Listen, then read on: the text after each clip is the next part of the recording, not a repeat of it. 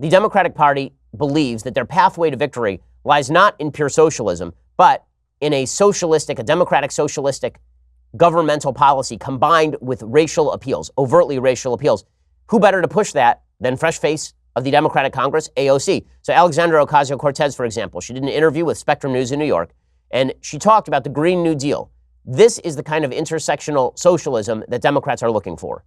One of the things that some folks give pushback is they're saying, why are you talking about racism when it comes to the environment? And they said racism has nothing to do with environmentalism.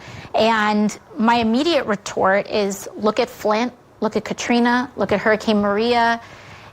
It's not as though income inequality or social injustice or racism are these separated out issues that you just legislate to address those things and fix.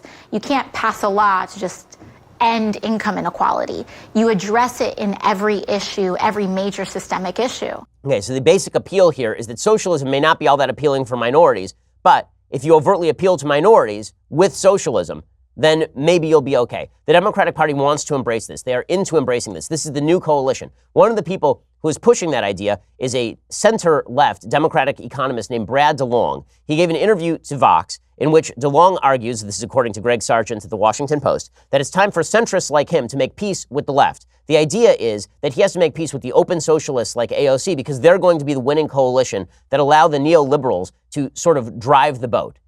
That if Nancy Pelosi can make peace with AOC, if Nancy Pelosi can make peace with Ilhan Omar, then they can create a coalition that is durable and allows them to get done what they need to get done. It's easier, in other words, to sort of hold back AOC and Rashida Tlaib and Ilhan Omar than it is to make peace with people on the right. And so you make peace with the people on the left, including the open anti-Semites and the people who cover for them. This is the basic notion that many on the left have been embracing. DeLong notes that on one issue from another, from healthcare to climate change, centrist-minded Democrats have modulated the party's priorities in hopes of striking a political deal with the center-right. But that deal has never been forthcoming because there's no functional center-right in U.S. politics. In other words, DeLong says, we can't make a deal with moderate Republicans. There are no moderate Republicans. Let's make a deal with our hard left. Now, Republicans and conservatives would see this in the opposite way. They would say, listen, you guys on the left, you moved radically left in the last 10 years. And we can't make a deal with you because you moved radically left in the last 10 years. And then castigated us as racist, bigots, sexists, and homophobes.